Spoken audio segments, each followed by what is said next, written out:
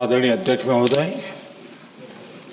मैं आपका और सदन के सभी माननीय सदस्यों का हृदय से आभार व्यक्त करता हूं कि हमने इस महत्वपूर्ण अवसर पर एक सामूहिक चर्चा का रास्ता चुना है। जिस मंत्र ने, जिस जयघोष ने देश की आजादी के आंदोलन को ऊर्जा दी थी, प्रेरणा दी थी, त्याग और तपस्या का मार्ग दिखाया था, उस वंदे मातरम का पुण्य स्मरण करना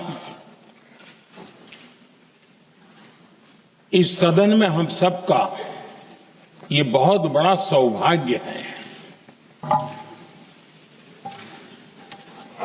और हमारे लिए गर्व की बात है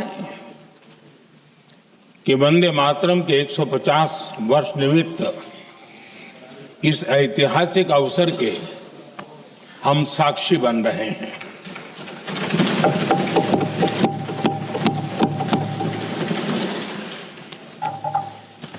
एक ऐसा कालखंड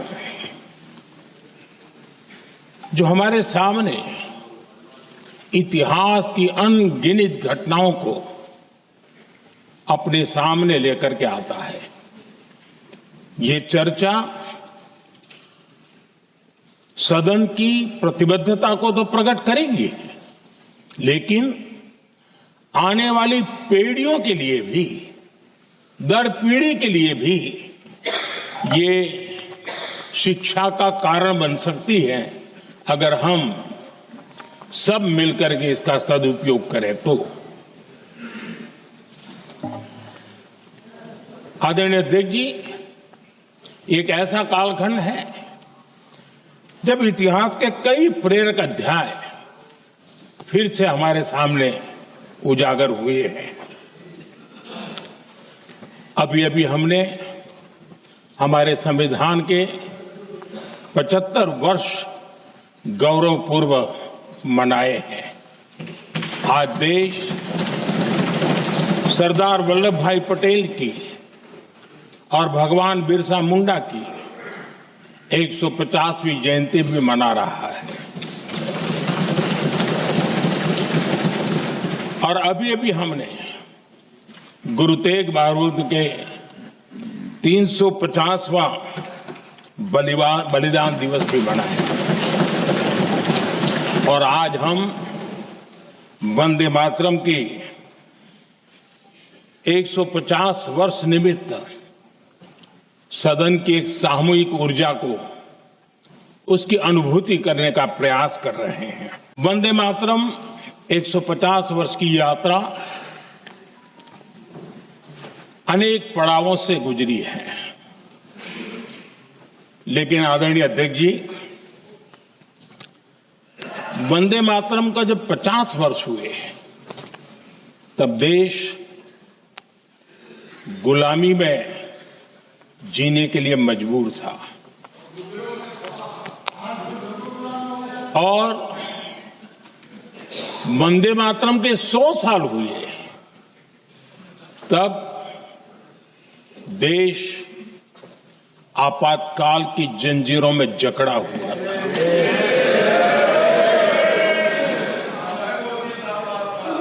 जब वंदे मातरम 100 साल के अत्यंत उत्तम पर्व था, तब भारत के संविधान का गला घोंट दिया गया था।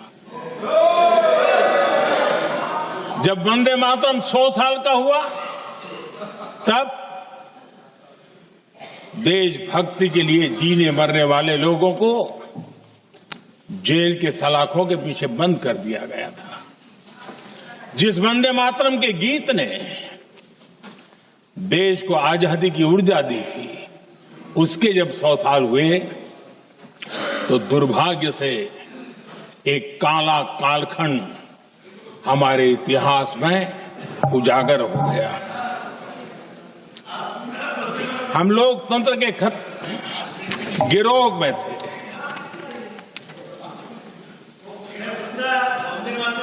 आदरणीय अध्यक्ष जी, 150 वर्ष उस महान अध्याय को,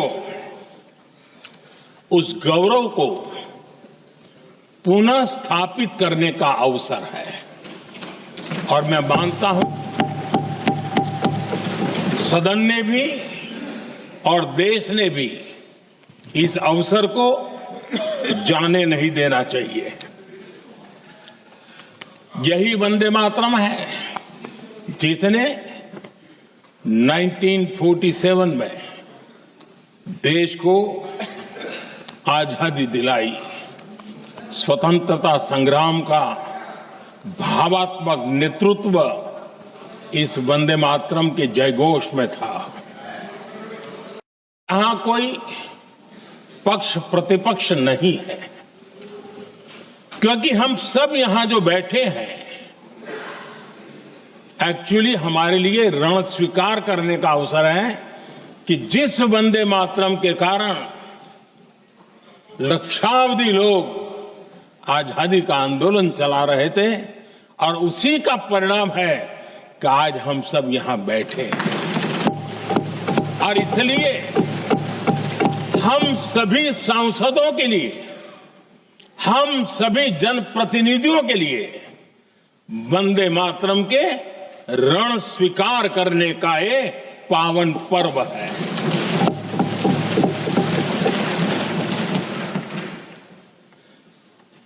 और इससे हम प्रेरणा लेकर के वंदे मातरम की जिस भावना ने देश की आजादी का जंग लड़ा, उत्तर दक्षिण पूर्व पश्चिम पूरा देश एक स्वर से वंदे मातरम बोल के आगे बढ़ा। फिर से एक बार अवसर है, आओ हम सब मिल के चले, देश को साथ लेके चले। आजादी के दीवानों ने जो सपने देखे थे उन सपनों को पूरा करने के लिए वंदे मातरम 150 हम सबकी प्रेरणा बने, हम सबकी ऊर्जा बने और देश आत्मनिर्भर बने।